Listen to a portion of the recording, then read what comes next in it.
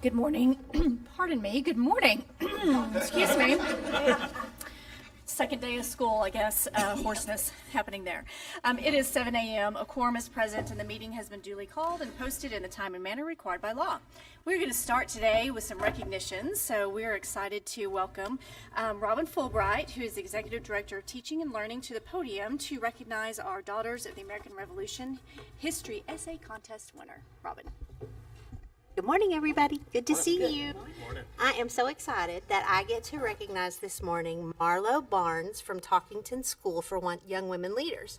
She recently won first place in the National Daughters of the American Revolution History Essay Contest. This contest was launched in preparation for the 250th anniversary of the nation's founding and focused on men and women who played prominent roles in the events of the American Revolution.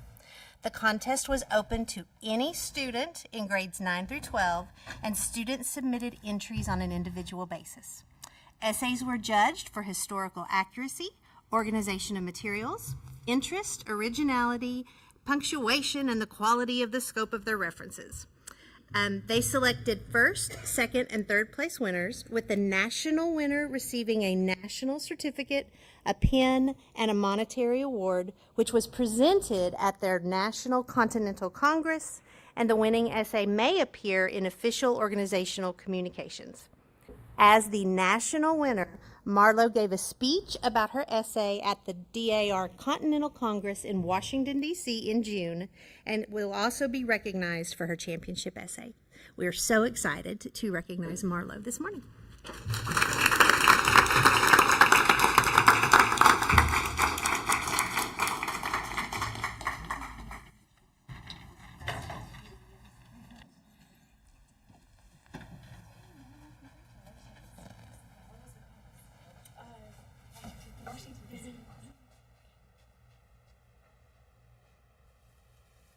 Ready? 1, 2, and 3.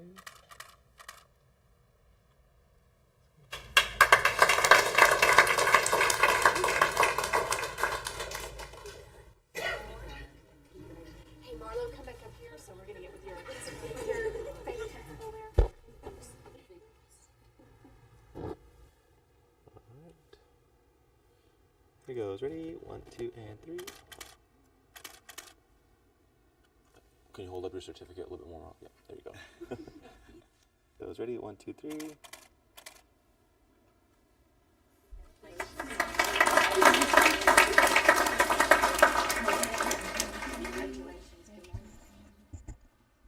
Congratulations, Marlo, and I think your proud parents are here as well, so congratulations. So that's wonderful. That's awesome. Okay. All right, we'll move into recognition of the 2025 Elementary and Secondary Teachers of the Year. I would like to invite Beth Barrage, our Executive Director of Leadership and Professional Development, to the podium to introduce our teachers. Thank you. Good morning, everyone. So as you know, each year Lubbock ISD campuses select a Teacher of the Year, and then a panel of educators identifies the district finalists, and then they are selected from there a district elementary and secondary Teacher of the Year, and they move through the regional and then hopefully the state process. So before I name our elementary and secondary Teacher of the Year, I wanted to name also our finalists. There were 9 exceptional finalists, and those included Brenda Hayes from Hardwick Elementary, Anita Blakey from McCool Academy, Monique Murray from Irvin Elementary, Allison Crawford from Talkington School for Young Women Leaders, Ailey Mackay from Roscoe Wilson, Jennifer Garcia Frazier from Lubbock High, Veronica Marine from Brown, Jennifer Collins from Monterey, and Connor McKenzie from AgriSTEM. So those were our finalists that we recognized at our banquet. But this morning, I get to introduce to you first our Elementary Teacher of the Year, who joined the district in 2017 and currently teaches 4th grade at Roscoe Wilson, and that is Ailey Mackay.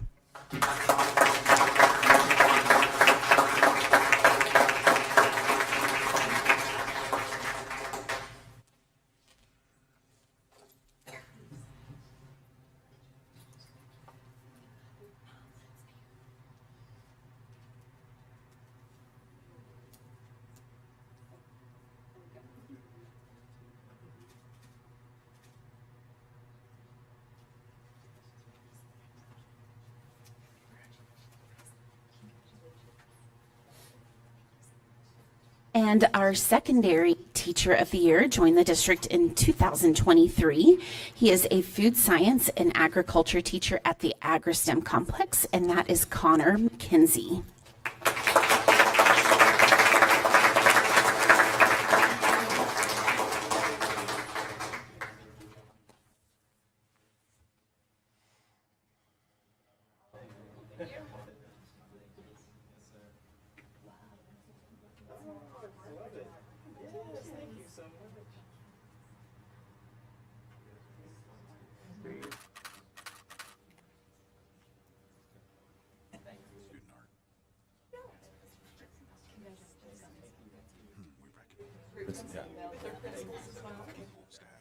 Everybody together? Okay.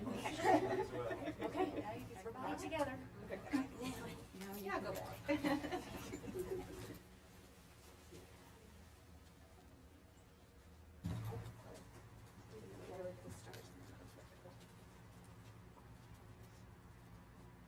Ready? 1, 2, and 3. And one more.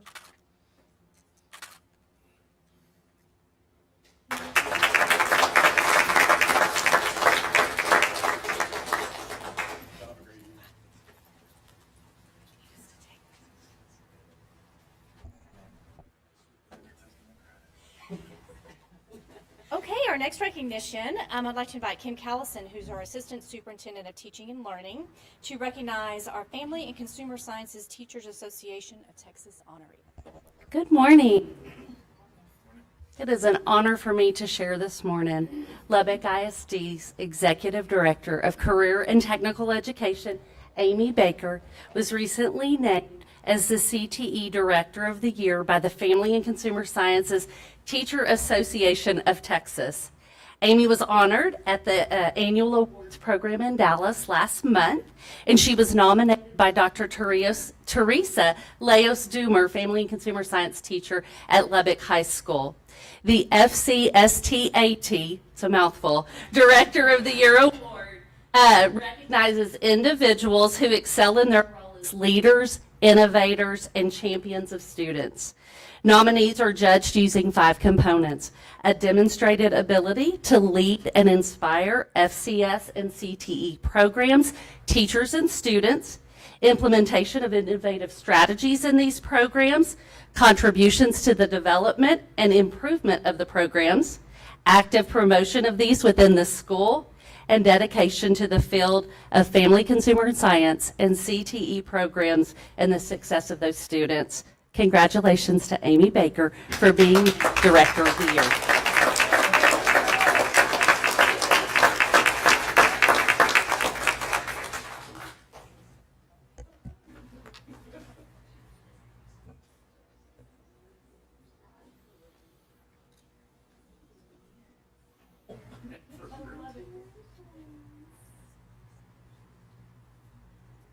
Here goes. Ready? 1.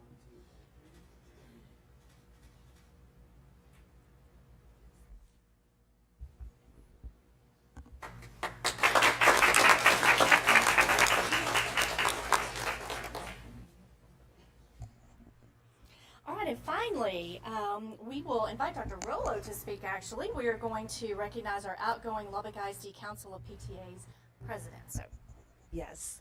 The Lubbock ISD Council of PTAs makes a significant impact on enriching education for our students. Volunteers from across campus PTAs dedicate countless hours assisting teachers and principals to provide a quality education for the students of Lubbock ISD. Elizabeth Bowen was our last year's president of our Council of PTAs, and she represents many men and women who so generously dedicate their time to the students across Lubbock ISD. On a personal note, it has been such a joy to work with Elizabeth since I have been serving in this role, watching her in various roles throughout our district. Just this past year, she was very committed in our future focus work and our moving ahead work, and was instrumental in helping us pass our bond in May. So Elizabeth, we are deeply grateful for you and your service to this district. Thank you from the bottom of my heart.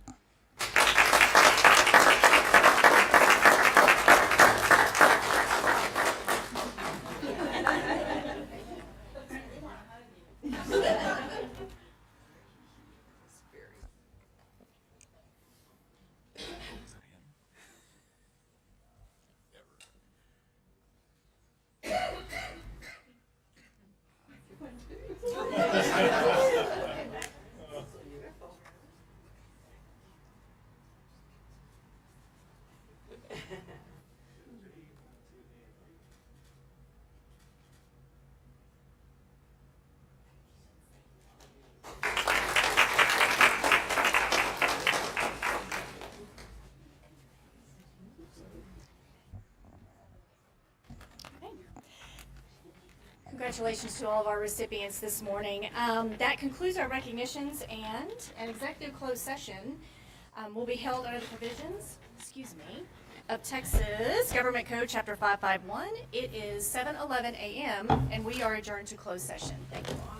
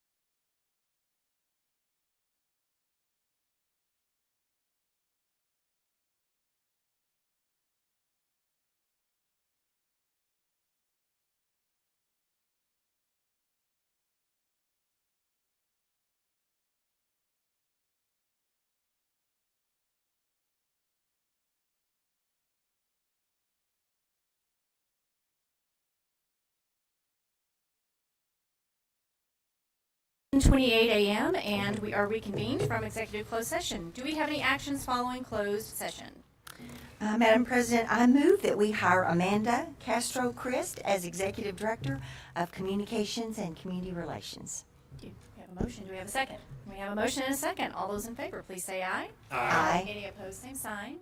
Motion carries unanimously. Congratulations.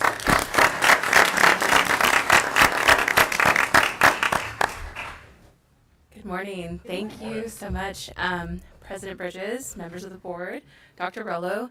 Thank you so much for this opportunity. I deeply appreciate and respect the work that everybody in the Lubbock Independent School District does for our kids, and I'm really excited to join a team and help tell and amplify the stories of our educators, our children, our parents and families, and our communities. This is going to be great. I'm very excited. I want to also thank my family for their support and for lifting me up. My husband Brandon is here with me today, as well as my mom, Delia Coronado. My niece, Amalia, could not be here. She's a proud graduate of Coronado High School, but she's starting a new job today, so that is where she is. But again, I'm so excited. Thank you so much for this opportunity, and I look forward to working with all of you. Congratulations. Welcome. Okay. Trustee comments? Anybody want to start? Okay. Well, Amanda, congratulations. We're thrilled to have you here. I know you bring a broad range of experience and just ready to jump in and lead our district, our teachers, our students to success. So we're thrilled to have a storyteller and someone with just your areas of expertise. Welcome. Thrilled to have you. So, Dr. Rollo, any comments you'd like to say? I would just say that there's probably no one that is more excited about this hire today than Ivan and Sierra and Elizabeth because they have been holding down the fort and have done an incredible job. And so we are very grateful for them stepping in their leadership during this time. And Amanda, when we interviewed you, you totally brought an authentic approach to leadership, to selling the stories in Lubbock ISD and making sure that Lubbock ISD is at the forefront of our community. So thank you. We're excited and we welcome you on board. Congratulations. And I understand we might be in a little bit of trouble with Dr. Mitchell, but that's okay. I think I may be in a little trouble with Chancellor Mitchell, but he had nothing but incredible things to say about Amanda and the work she's done in the Chancellor's office and also at Texas Tech University. And she just came with highest recommendations. And Look forward to meeting you and moving forward. I've heard great things about you. Welcome. You have a great team with you too, so I know that they are excited, but you're going to come into a strong place. So, all right, we'll take a break and we'll let you guys take some pictures, and so we will take a break for about 5 minutes and come over here and let you do your thing.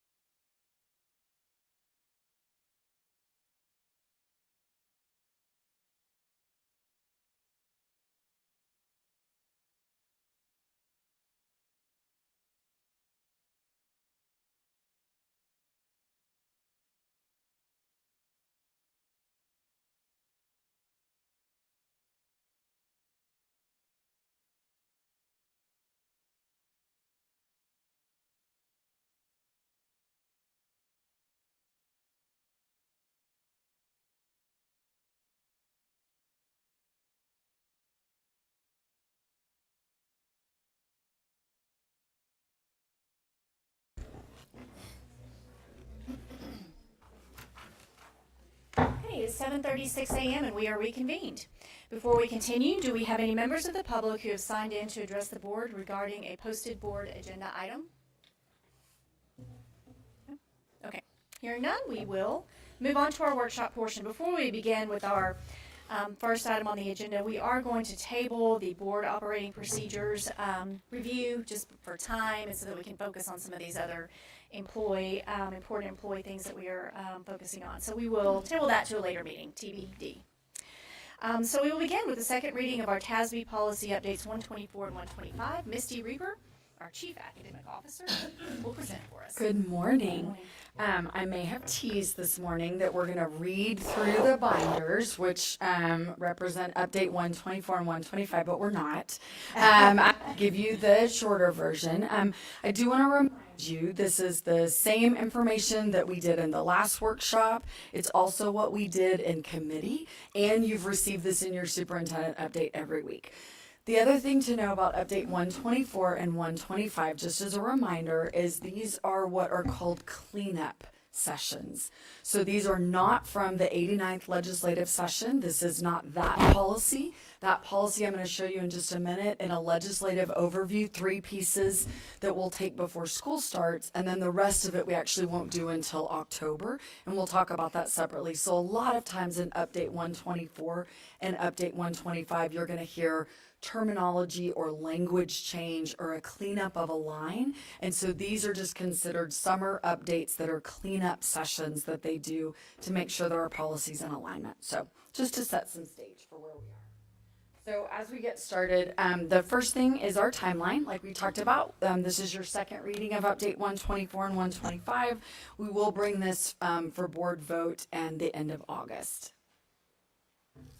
So the first one when we talk about in 124 is a fiscal management goals and objectives with financial ethics.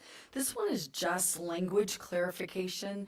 It references in the policy about a designee, and it takes that word out to make sure that when we are making financial decisions that the designee is indicated for the person who is making the decision. So this can either be for the superintendent or someone else in that role. This next one is CDA local with other revenue investments. This is something that already takes place, but it puts into policy language that investment pools have to be registered and they have to be in good standing with the financial industry regulatory authority. So those things are already happening. It just puts it into policy to make that match. CY local is about intellectual property. This just gives revisions to who owns intellectual property depending on when and where it is created and the ownership of that property. DH local is about employee standards of conduct, and this is revisions to include nicotine products, whether or not they include tobacco or not. You're going to see expansion around language of e-cigarettes or vaporization devices in order to try to take what is already in policy, is already in our employee handbook, is already in our student code of conduct, and already in our student handbook, and just make sure that all the words match. EHB local is around special programs. This is about making sure that it references the dyslexia handbook. We actually put this in place one session ago, not even this most current session, but the session before that. And so this has been in usage. It's just a language cleanup. The next one is in gifted and talented. This is also a language cleanup. These are things making sure that the terminology that is in this matches what is a part that is already in law and already in practice. FFG local is about child abuse and neglect. This adds language about oral reports being a recommended referral. However, I do want to point out on this one, legislation has been added since this will be passed, going from a 48-hour to a 24-hour reporting period. We've already put that in place, and policy will be updated again in October around that to match, to make sure that we're in compliance. But we've already put that in place in the district and are already using that. I'll talk about harmony of law in just a minute and why that matters and why we're doing it now. And the last one in Update 124 in your local is around community relations. This is conduct on school premises and just cleans up the language around you are not allowed to use a vaporizing device. And that comes from the tobacco and e-cigarette section that you cannot use that on school property. That already exists. That's already part of our practice, but they are updating to make sure that the device topics are updated so that people don't try to find loopholes in that area. And that is all of Update 124. Do you have any questions on that one?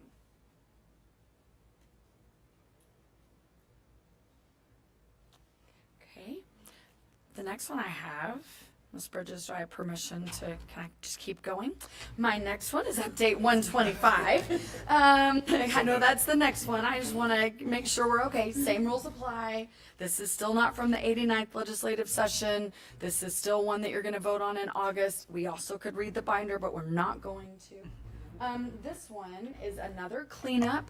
So BDAA local originally said that as the board that you managed staff as the board for clerical support, but in reality this one clarifies that the superintendent is actually the person that does the hiring.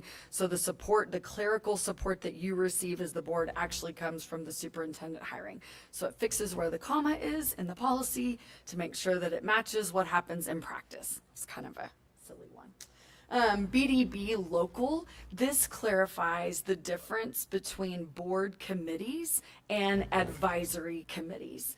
This is one that we've talked about in our committee work that we do on the student achievement, to talk about that it clarifies the rules of creating an advisory committee. So if you decide as a board to declare a community-wide committee, such as we're going to bring in August the dual language committee, or potentially in the future a bond oversight committee, those are things that you would take an action item on as the board and declare to have that committee talk about the scope, talk about who's going to be on it, and be a part of that process. This is a cleanup in local that is an adjustment in language that gives you more authority in the development of those committees. This next one is BDF local, and this adds to that. So this goes along with BDB to give additional understanding about the Citizen Advisory Committee, to just call it an advisory committee, and then goes further into what those parameters and responsibilities are. So this one talks about that language around scope, the language around who is a part, and then what the outcome goal of that committee is supposed to accomplish. EI local is partial credit for high school. This is something we already do. It's already in our course offering book. This means that if a kid has a score for first semester and second semester, when you put those together, it makes an average that is passing. We average up.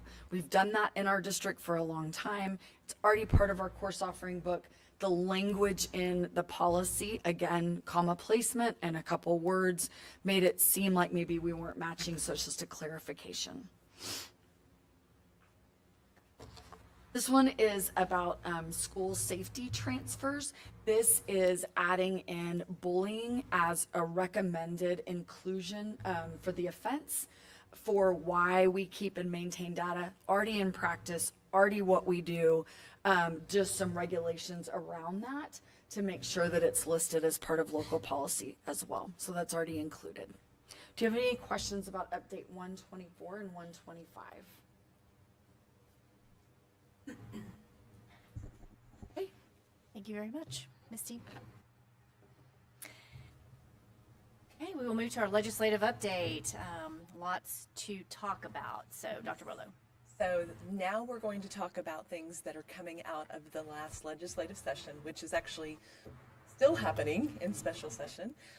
There were more bills passed out of this 89th session that impact education than in Texas history. And so there is a lot that we are still sorting through, and a lot that we don't have rules around. But there are some things that have to be considered by you before September 1st. And so that's what we're really going to focus on today in this legislative update, are some things that will be coming to you on August 28th for your actual consideration and approvals. So I'll turn it back over to Misty. So we're just going to talk about 3 today. And as Dr. Rollo said, those are pieces that need to be they need to be written into policy before September 1st. As you know, there are many, many pieces of legislation that we've been studying. And so we will have many more updates in October.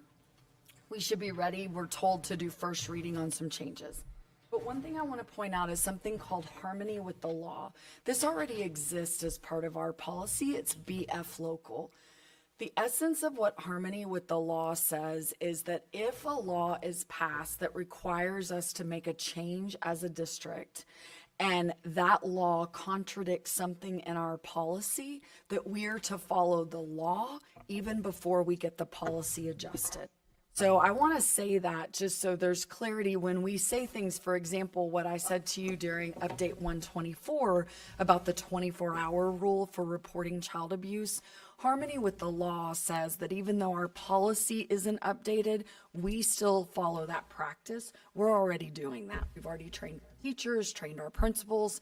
We've already shared and put that out. And so we studied everything this summer to make sure we could go ahead and input or begin everything to our best understanding.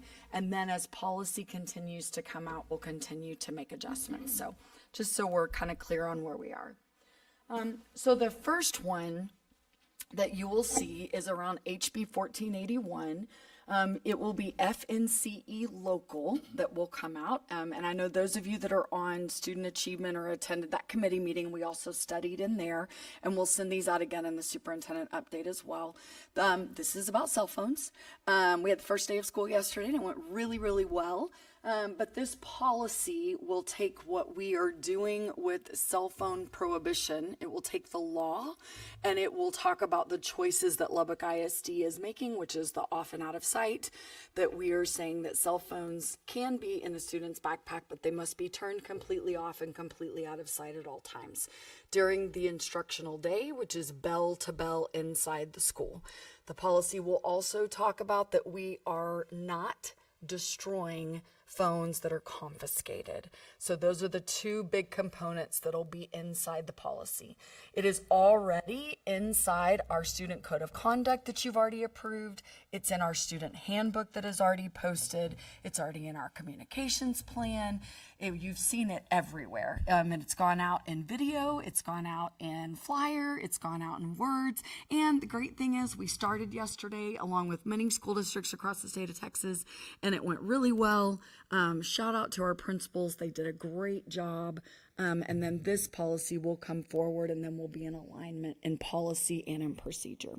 And I'm happy to answer questions about that. So that they're confiscated, how long are they confiscated for, and what is that process for them to get it back? Yes, ma'am. So they students receive a warning first, and then they are confiscated on the second infraction. If you are in elementary or middle school, your parent has to come and get the phone. If you're in high school, then the student may pick it up from the office after school for the first 2 times, and then after that, a parent has to. We do that simply because of the age of the student in high school. And many times they drive on their own and parents aren't as available. There's no fee attached, and by law you're not allowed to do that, and that's not a practice that we do in our district either. Absolutely. Any other questions on that one? All right. The next one is HB 401. You'll see this as FD local. This is about formally opting out of allowing homeschool students to participate in UIL activities. This has been a practice in our district that we have not had homeschool students participate in UIL activities. However, the law, House Bill 401, requires that the board each year make a formal declaration or policy commitment that you are opting out. So after much discussion, trying to make sure that students that live within our boundaries and attend our schools have the greatest opportunity to participate and be a part of that, this policy will bring to you at the August board meeting.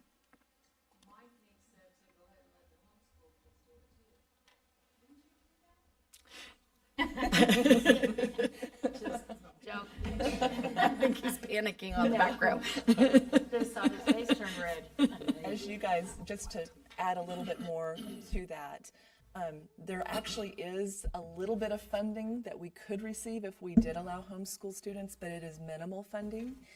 And also, it is very challenging to monitor students' grades, which is required by UIL that students be passing in order to play. And if they are homeschooled, we have no control over their academic performance. And so those are our two primary reasons. And really the most important reason is we want our students who are in schools have the opportunity to participate. Absolutely. Absolutely. The third one is SB 13. This is libraries. This one has quite a few more slides because I want to be able to give some clarification and some understanding about decisions that will need to be made. This will show up as EFB local. It will also show up probably in a few other places they are working on navigating where that will come through. So a few things that we do know about SB 13 that are already very clear and with harmony of the law we're already putting in place. The first one is parent notification.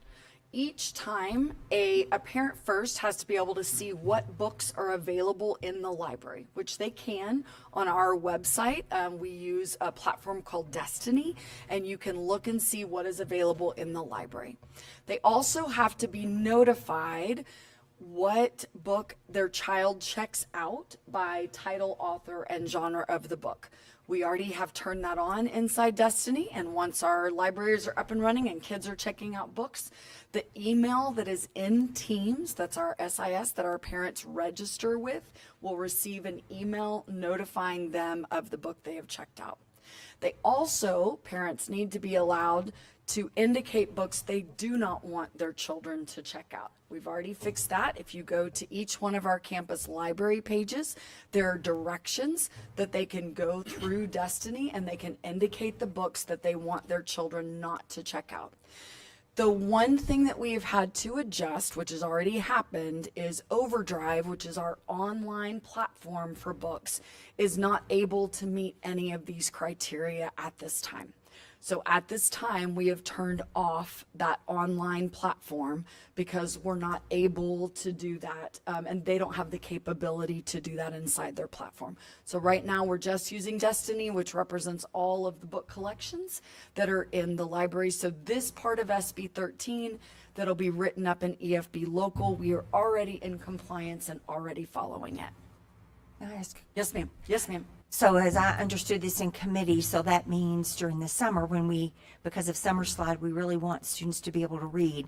In the past, Overdrive has been an option, but because Overdrive has no ability to be compliant, we're losing the ability for kids in the summer to access books. Yes, ma'am. Okay, I just wanted to clarify that. Yes, Okay. ma'am. That is correct. And we're hopeful, well, Yeah, we're hopeful, but it doesn't Out of look our very control. likely it's out of our control. yeah, Yes. yeah. Okay, I just wanted to clarify Yeah. that I had understood that correctly. Yes, ma'am.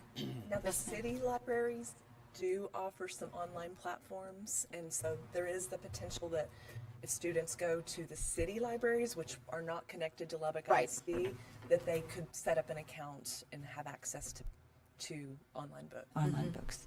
Yeah. And SB 13 only is for K-12 public schools. Misty, can I ask a quick question? I'm sure we'll talk through this, but will we talk through if there's not an email available, or if there's a bounce back, how we will reach parents? We're working on that. Yeah, we're working on that. We're gonna have to. We're working on that. Yeah, we're just because, especially if you just update registration and maybe you didn't go in and update an email but have made a change, we're gonna have to do some reach out to try to get connection. Yes, ma'am. Yeah. Yeah, I'd love to tell you that we have a perfect solution, but we're not quite there yet. the next big component of SB 13 that will be a part of that local policy is what does the board want to do about an advisory council? So there are 3 options written in the law. You can go with current practice with some adjustments. You can create an advisory council, and I'll talk about that in just a minute and who would be on it, and that is for acquisitions and challenges. Or if 50 members of the community petition the board, you will be required to create an advisory council. So it's called a library advisory council, and we'll talk about what that looks like in just a minute. So what we know is that ultimately the school board has to approve all library purchases. So you can either create a library advisory council that will make recommendations on purchases and or acquisitions and challenges, and all books that are recommended to be purchased, either way, if you have the council or not, have to be posted publicly for 30 days. And then the books will come to you in a list, and you have the right at that action item to strike individual books that you don't want to purchase at that time. So what we have done as we're waiting to determine whether or not you want the advisory council and for policy to be enacted is we have turned off the ability for librarians to currently purchase a book. So right now we have said they can't, because until we put the advisory council or another system in place, we don't have the matching system to be in harmony with the law to process and follow that. So as of right now, we're saying that no purchases can take place. So the way that that would look, if you put in place an advisory council and we're making an acquisition, so we're buying a book, the advisory council would review the purchase list, so the librarians would make recommendations. The advisory council would review the purchase list. The book list would be publicly posted for 30 days. It would then come to a board meeting and you will vote on the purchase of books and then look at the line item. The thing to think about in that process is that that's a slower process than what we're used to. So we're going to have to limit the time frame of when librarians can purchase and work on a system for that purchase process to make sure we can make it through that loop. The other thing that changes in SB 13 is challenges, and we'll talk more about that in detail in just a minute. But immediately when a book has been challenged, it is removed. That's different than what we've done in the past and what policy says. So as of today, as of actually 2 weeks ago, we've already communicated with all teachers and librarians the list of books that are currently on our challenge list, and they have already been pulled both from the shelf and from online and from classroom libraries, so that they aren't a part of the circulation or the option. Anything that is challenged is automatically pulled until it goes through the full process. If an advisory council is selected, the advisory council will create a system for the book challenges, whether that is that they review them or they will develop a challenge committee, either internally or externally. Then those challenges will come to the board. The timelines on that are tighter. The board has to hear it by the 90th day after the book has been challenged. So depending on the number of books that come in, we're going to have to help the advisory council to process that pretty quickly. So that'll be a group of volunteers. Again, happy to answer any questions.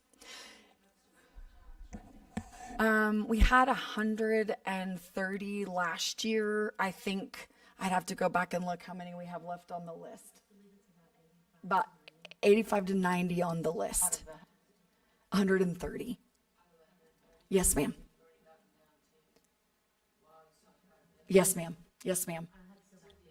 Yes. Yeah, absolutely. And the challenge rules that are written in policy right now and the process that is written in policy right now, the advisory committee can create a new process that could be faster. There's some discussion about right now the challenge committee is required to read the entirety of every book challenged, and that has been questioned about, is that the way to move forward with that? And that'll be, if an advisory council is created, that'll be up to them to determine that. So if an advisory council is created, these are the things that they would do. They would create procedures for adding and removing materials. They would recommend changes to policy. They would determine if additional materials are appropriate. We don't have an MOU with a local library, but if we did, they would approve that MOU. They would recommend any materials that they believe are harmful that should have removal. The committee has to have a minimum of 5 members, and each trustee has to appoint the same number of members. So in our situation, the committee would need to have at least 7 members. They are volunteers. They have to be parents of current students. You can also add non-voting teachers, librarians, counselors, administrators, business community, or clergy at your determination. They have to meet at least 2 times a year. We want to be transparent, though, to meet the timelines of the law. They're going to have to meet more often than that, probably at least once a month, if not even more than that. Their meetings have to be public, just like your school board meetings. They have to be posted with an agenda. They have to be audio, video recorded, and the minutes have to be posted for public viewing within 10 days afterwards. So they also will need some administrative support to make that happen, because these are volunteers. We don't want to put all of that on them. So that would be the advisory council, along with EFB local. What this just reiterates that advisory council, if that's the direction that you go, will do acquisitions, challenges, and then that we will remove those classroom materials immediately. We already talked about that. So going back to acquisitions, this reviews what the circle graph showed you. It's just in words telling you that there will be, the one thing that is added in this section is that if you so choose, you can add a segment into the policy that says librarians are allowed to replace or add an additional copy of a book that is in their library that is already approved. So if I have a copy of a book that has been in my library for 20 years and it's just because everybody checks it out and the back cover got ripped off, I don't have to send that through the advisory council and then come to the board for approval to replace that, but only if you allow that in the policy. If you don't allow that in the policy, then even those replacements go through the advisory council. That'll be up to y'all and your decision on that policy. Challenge materials, if you have an advisory council, then they will go through the process to create that. This opens up who can challenge. It can be a parent, guardian, community member, or an employee can challenge. Our current policy doesn't have a community member in it, and this puts that back inside as part of law. It also adjusts the challenge form. TEA is supposed to write an exemplar that we have as a model, but the advisory council will have the final authority with your approval on what the form would look like for the challenge material. The rest of that talks about the 90-day window when it has to come to you, and then that the book is removed from the shelf in that time period. This adoption, this policy is long with lots of changes. We have a strikeout version that fits some things, but it's very much could still be adjusted to fit what you want it to be within the scope of the law. So I know that we had copies in our last committee meeting, and then we'll share those again in superintendent update so that you can review those if there are any revisions or changes that you want to make. And I'm happy to answer any questions about SB 13. Misty, is Destiny updated as of today with what's actually in each library? It should be. We are cross-checking to make sure things that were pulled or things that were weeded. The places I would ask for a little bit of grace are our consolidated schools where we have merged library materials. Our librarians have come back on duty and are trying to get everything up to date to be as accurate as possible. Have we set like we want that done by end of first semester? Well, we typically want it done before school starts, so we have they've had some additional support to try to get there, but now they're just doing that cleanup process. Just know that's created some of the confusion, I think, on some of the books in the past. And then with respect to the parents opting out of books, is there an easy process if a parent just says, I don't want my kid to be able to check out any book? Absolutely. They can, so Destiny is on there with the directions, but if a parent were to call their librarian or call their school, they can say that and we can flag them. We've done that always in the libraries. This just allows so that when the child walks up with the book, the system will come up and say you're not allowed. And we'll have some of this at the next board meeting for approval for us to consider? This will be, yes, these three will come to you in August for your approval, but we'll also get it in your superintendent update so you can see the wording of the policy. 401 is pretty short for the UIL, and the cell phone, I feel like you've looked at so many times. SB 13, that local policy is pretty long. You also will have to do a resolution and then pass the policy. The way the law is written, you are required to do both. The resolution says that you resolve to pass a policy, and then the policy is the policy. Both of those were part of committee, and then we'll put both of those in superintendent update. You can pass those in the same meeting. You just have to pass the resolution first if you choose to, and then the policy. And that's just the way the law was written. Is there anything in the policy, or what will our policy be going forward regarding the classroom libraries? Yes. The management of them? Yes, so they're included, the language where they are included says that a challenged book has to be removed from a classroom library also. They are not included in the acquisition process though. So they're also not included in the public parent list, the portal, if you will. So they're not part of the email and not part of the other process. There are some districts that are making many different choices around classroom libraries right now. Love to be kept updated on what we decide. Yes, sir. Yes, sir. Yes, sir. And right now, what we have told our teachers is that a challenged book has to be removed immediately from a classroom library. If that's your personal, then, to take it home or whatever else. And so they're given that same list of books that the librarians are given.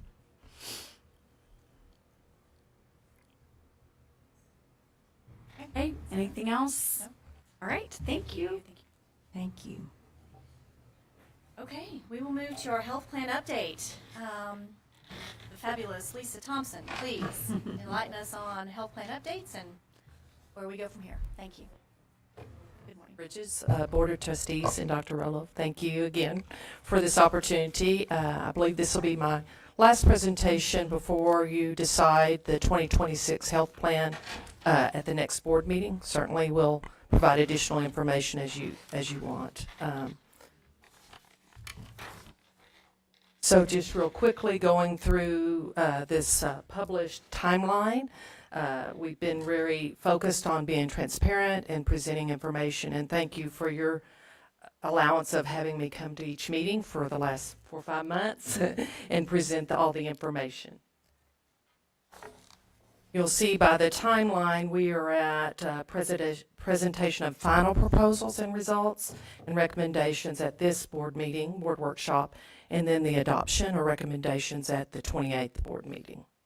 We've continued to set up meetings over the last month or so, and I've been attending many meetings at campuses as well as paraprofessional meetings and things like that, being very proactive of providing information about what the potential changes are, depending on what the board decides. Real quickly, I want to go over kind of what we've done over the last year, which certainly the board is very familiar with as administration. As you know, we're a self-funded plan. Self-funded plans allow the board, the district, to make determination about premiums or the plan in general, to look at what best meets the district's needs, as opposed to a fully funded plan in which the insurance company makes those decisions for you. We did send out requests for proposals. We sent out the request for proposals for the zero copay clinics as we're finishing up year 5. That was required, but we did send out about 2 or 3 years early the proposals for the health plan as part of our due diligence as we're looking at changes to the health plan and premiums. The district contributions, we still remain the highest contribution district of $391 compared to $350 by the other local districts. And in reference to infusions by the district, we published that. And just as a side note, yesterday we had to pull about $1 million to infuse the plan to help cover costs. These were designated funds, but we did have to do that yesterday. We've been pretty fortunate. We've not seen any high-cost claims till just recently, and those have hit our bottom line. Last year, as you recall, they started hitting in February, so we did have to do that. The request for proposals, these are the final recommendations for the 2026 health plan. As you know, our health plan and our programs run January through December. So for zero copay clinics, we did have 2 proposals, and we have recommended continuing with University Medical Center physicians, UMCP. As the board knows, in board operations, we were able to do best and final offers for all of these, and we're pleased with where those come back from those folks. Dental, we had 1 plan proposed, and that was Blue Cross Blue Shield of Texas Dental. As you recall, we changed from self-funding and paying the claims a few years ago after one of our surveys that our team mates here at Lubbock ISD wished that we would do. Medical, we ended up recommending also Blue Cross Blue Shield of Texas. We certainly vetted many plans. There were 6 medical proposals for that, but Blue Cross Blue Shield, and then the best and final offer came back as the best proposal in our opinion. And then prescription, we had 7 proposals, and again, part of our renegotiation and best and final offers, CVS Employers Help were our best and final offer that we're recommending at this time. Any questions on the proposals and the recommendations for next year? And then the 2025 versus 2026 proposed health plan premiums. We've seen this, you've seen this time over time. This is showing them side by side, and you can see the difference there. This has been sent out, I believe, 4 times to our employees so that they are well aware of where we're going with that if the board so chooses to change the premiums. And recently, we were made aware, or I researched and found that there were some changes. We've sent similar information out before, but we updated this as of the 5th. Lubbock Cooper recently changed their premiums and their deductibles. I believe you have some handouts in your folders there that look like this that show the more depth comparative. This is just the basic plan. We have PPO plans as they do. As I've said a million times, this is not comparing apples to apples because we have additional plans, but this shows you comparatively across the board how the space plan with the proposed increased premiums would compare to Lubbock Cooper, Friendship, and TRS. Any questions? Mm-hmm. Lisa, that's assuming their plans don't change. Lubbock Cooper has changed, and that's the most recent. That is assuming Friendship. I recently checked. I haven't seen if they've made any changes, but thank you for clarifying. Lubbock Cooper is the most recent. That is their proposed 25-26 plan, and then TRS, that's the most recent for their 25-26 plan. They run September through August, where we run January through December. The only one is Friendship, and I believe Friendship is fully funded plan. So the premiums are dictated by their insurance company. Any questions on that? You've seen this many times, but this is what sets Lubbock ISD also apart from others is that wellness program. That program is not just the fees for IE Wellness, that is the program on the premium credits.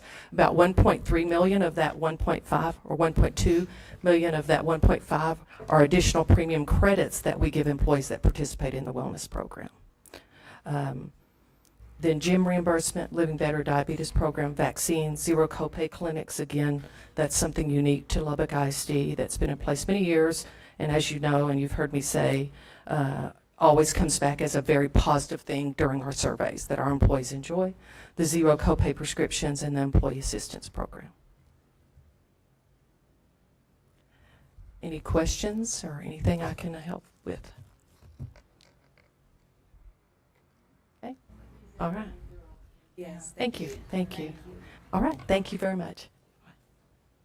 All right, we'll move into our compensation plan update. Rick Rodriguez, our COO, will begin. Yes, good morning, President Bridges, Board of Trustees. So we are at another checkpoint for gathering information. As you all know, we've been working through House Bill 2 and the impact on House Bill 2 and the rest of the 89th legislative session impact on the fiscal side of our world. And so what I've asked Dr. Wilkins to do is to sort of take us back to where we were when we first adopted the budget. We have some more concrete numbers to share with you this morning. And then Crystal, our Executive Director of, Ms. Floyd, our Executive Director of HR, will then take us through where we are with some of the compensation information that we have for you to share with you this morning. We don't have everything yet. We're still finalizing and fine-tuning some numbers. As y'all know, we had some significant changes in terms of staffing over the last year. So the data that we send to TASB, y'all know we partner with TASB. That data that we sent in October is significantly different than what we have today. So we're kind of taking their data, saying, okay, well, those are those numbers, and then how do we flesh it out to what reality is for us today? So so that's the reasoning behind us finalizing. We want to make sure we get it right rather than we get it fast, and so that's why we are where we are. And so I'll turn it over to Dr. Wilkins. He'll take us through some information in regards to our budget first. All right. Good morning. Good morning. Good morning. So I'm going to take you back. And we're going to start off with where we started before, but I've put some other numbers in there because we now have certified values. So if you look at the top, we had preliminary values. So the preliminary values came in at the end of April. And so that's when I started working on the budget and everything. And if you look at that, that was calculated at a 1.8% increase. Then at the end of July, which was a critical point in the budget, so on 7/25, we received our certified values. And that's roughly about an 8% increase, or decrease. So the crazy thing is that's with the homestead exemption. So they're making us calculate our budget with the homestead exemption and without the homestead exemption. And so I'll get into that in a second. But then you look at our average daily attendance. So we ended the year last year with 21,332, and I'm estimating a reduction down to 21,135 of just a little, 200 kids. So we're starting to see a plateau of slowing on that, which that's good news. Oops, sorry. Come on, go back there. Now, the proposed tax rate. When we first started with a proposed tax rate, obviously that comes off the template. That works with our values and then what the state projected to give us. If you look, we projected a 0.87123 tax rate. We ended up coming in at 0.86722. So I was 0.004 high, just a hair. I was nearly there. So we're going to come in good on our tax rate, so we'll be talking about that at the 28th meeting and be adopting that. Moving on, so this was the preliminary values that you saw. And you can see the estimation. I estimated about $99 million in tax collection, and then your other values under the 2025. So I'll move on past that because you've already seen that. Then that put us at a $7.6 million deficit. Now that was old law. Okay, so now let's move into new law. But we're going to move into new law, but we got to talk about some variables first. And I really like this slide here because when you're looking at this, we still don't know a lot of things that are happening with House Bill 2. And so we're still waiting on departments to get us information. You're like, well, why aren't they getting us information? Well, that's a great question. I love that. Because if you look, so the first thing is the early education article. So it says, immediately they said, oh, we're going to provide $1,000 to anyone that completes it. Well, 8-7, they removed that amount. So now we don't know what they're going to do. Then you go down to the next one with math academies. So about 2 weeks ago, it was $500. Then about 8 days ago, they said, hey, there's no requirement. Then on a few days ago, they said, no, it's $350. Then it's $50 an hour. So in the last 2 weeks, we've received guidance on about 10 different things. So it's very hard to nail down and say what we're going to do when the guidance is constantly changing. So then you keep going, and this is just, I'm just going to skim through this. This is just a list of things that were passed that have a dollar figure assigned to them, but we don't know what that dollar figure is. They've yet to tell us and give us guidance on how we could even come to a number. And we get our information directly from the TEA website. So there, you have this presentation. There's a link there to the TEA website that they're telling us when they're going to release stuff for House Bill 2. And I kind of draw your attention to the left side of that chart. Because when you're looking at the left side of that chart, you look at the dates. Well, we're supposed to be implementing this stuff, and there's some stuff that we're not even going to receive guidance until late 2026. So we're supposed to set a budget and figure out where we're going to be when we're not even getting guidance on certain things from until late 2026. So when I started working with all that and trying to nail down a budget, okay, so this is after our certified values. This is where we're at. I'm estimating we're going to come in about $89 million in tax collections. That's about $12 million less than we did last year in tax collections. Most of that is due to the tax compression and the exemption. Then if you go on down, we're going to receive $22 million in foundation funds. Okay, that's a difference of about $10 million. Okay, so it looks like we're going to get $10 million extra dollars from the state. Understand that about $7 million of that is direct pass-through to teachers. So that leaves us with about $3 million extra dollars to do what we need to do for those budget variances that we still don't know what they are. Okay? So moving on to the next slide. Best calculations I can give you at this time is that puts us at about $1.9 million deficit moving into next year, which is, I think, is really good. Really good. Now understand that 1.9 million does not include those budget variances that I just talked about, because we don't know what those are. We don't know if it's going to be $1. We don't know if it's going to be $1 million. So moving on from there, I'm going to turn it. Oh, go ahead. Do you have any questions about the budget before I turn it over on the compensation side? So just to clarify further on that last slide, the $1.9 million deficit, that number includes all of the funds that have been given to us to account for those things that we don't know what that is. So all the money, all new money, is accounted for in that 1.9 million deficit. So anything we do on top of that is going to go further, is going to take us further into deficit. So I just want to make sure when those guidances come from TEA that says you're going to give the reading academies $1,500 stipends, well, we're going to have to account for that. We're already going to be short 1.9, so we're just going to have to keep spinning that up.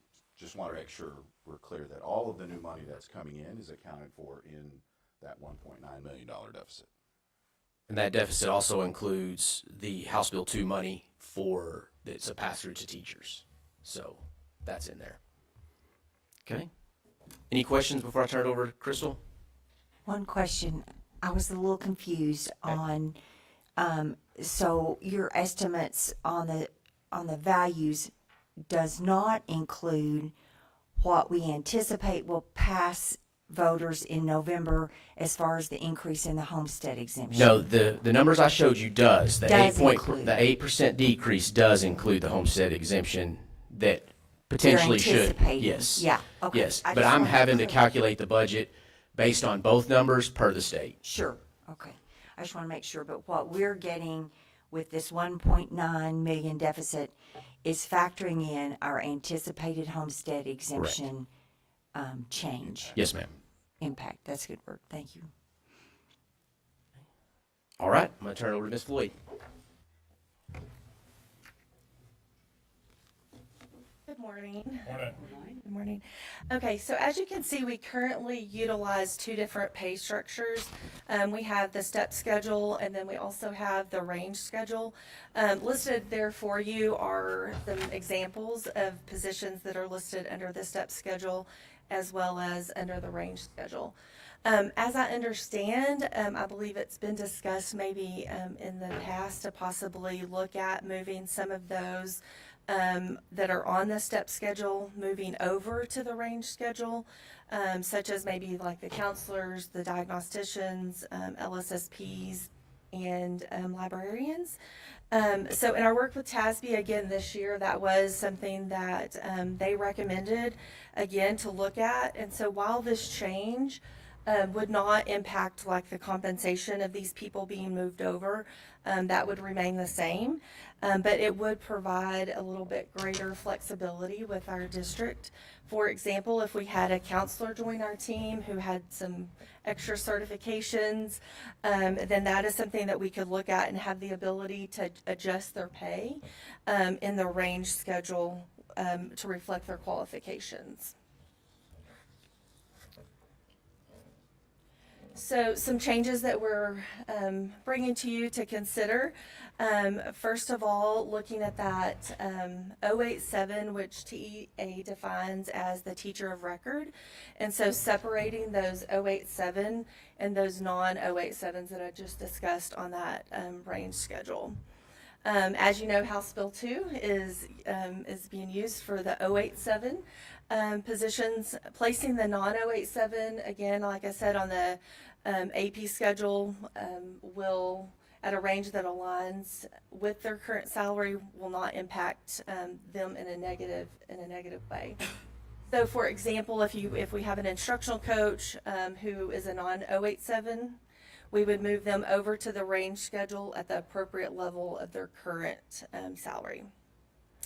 Another thing that you ask us to look at and see what the impact would be is if we took our IS1s, so our instructional support 1, if we took their starting pay to $1,350, and that impact is right around $500,000 if we looked at that. Again, like Mr. Rodriguez said, we will continue to work with TASB to finalize cost of the other pay increases that you've asked us to do, and we'll report those back as soon as we have those. So here is TEA's definition of House Bill 2 increases. So the intent from TEA and the legislature was to look at, like, say, for example, step 3, and if you add $2,500, then you add the $2,500 and it goes down to step 4. As you can see with House Bill 2, steps 0 through 2, there's no additional funding for these positions. So these steps receive no new money under this model here. If we only implement House Bill 2, you can see kind of what that will look like in the steps that are illustrated here for you. Again, we'll continue to work with TASB to finish up fine-tuning the compensation and bring that back to you for your considerations. All I have. Any questions that I can answer? Yes, ma'am. You know what or friendship are paying members? I don't know right off the top of my head, but we can look at that and bring that back to you. I would like to know. Yes, for sure. Yes, for sure. So just to clarify, we'll do the best we can to compare. We don't have access to see exactly, like we have access to say in our instructional support, who falls into that category for pay grade 1, pay grade 2, pay grade 3. We won't have access to that information other than Crystal calling their HR person saying, are you willing to They'll have a share board that? meeting and they'll say it there. Oh. But they get.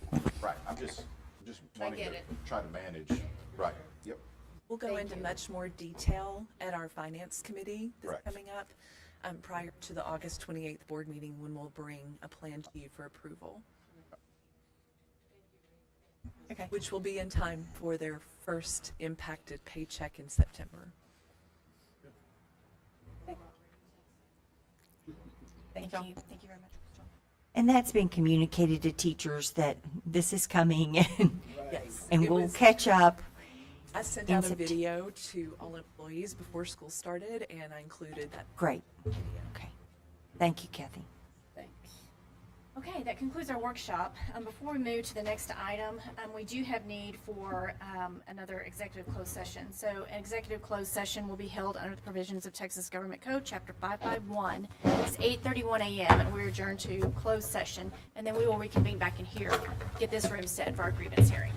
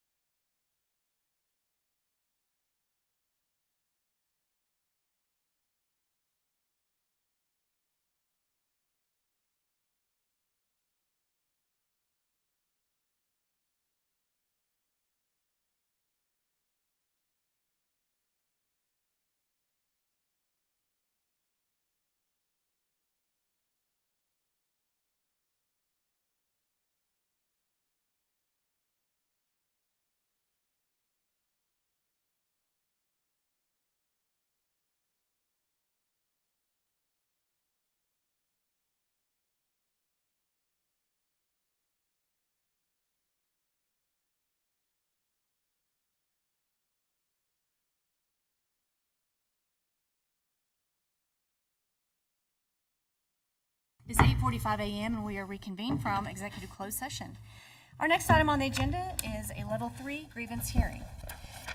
This is a hearing of Mike Ainsley. Since his complaint is subject to the Family Education Rights Privacy Act, otherwise known as FERPA, the hearing will be heard in closed session. We're in closed session. The board is now convened to closed session to hear the level 3 complaint of Mr. Ainsley.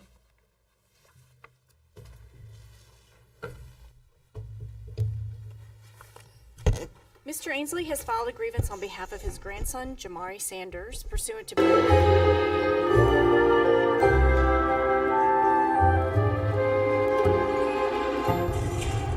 So, what are you doing here? Oh, my wife